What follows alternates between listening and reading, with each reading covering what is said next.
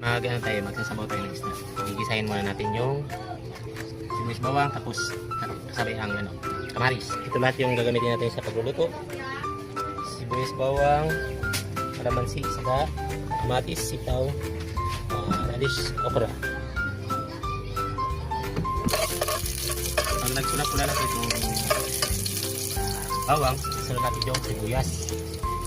Sibuyas.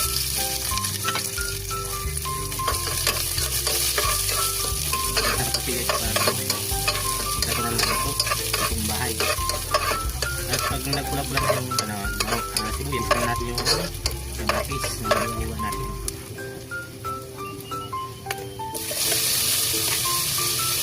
Tapos guys, ito lagyan natin ng asin para kumapit na agad yung lasa sa kamatis.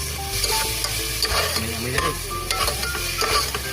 Tapos pagluto na yung kamatis guys, gigisa na natin yung isdang palaki. Kumapit yung lasa sa isda. Tulad ng kamatis, para mga palasa. Yung natin. Pagpula-pulahin natin guys ng konti yung isda. Ayan guys, nalagyan natin ng tubig. Tapos papakuluhin po natin. Alis saka okra, sitaw. Pwede natin lagi yung sitaw kasi medyo matigas ang sitaw. Tapos radish, pwede na rin. Pero pag kulo, malambot na agad. Kumain natin yung okra. Haluin natin para ilalim yung gulay. Para mabilis lumambot. Lagyan natin yung sili. Ilagay ko na rin yung okra. Lagyan natin ng kalamansi.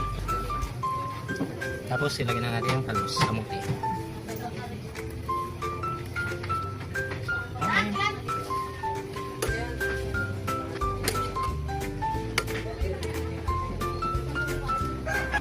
Ito na siya guys, ang niluto natin. Napakasarap yan guys. Thank you for watching guys.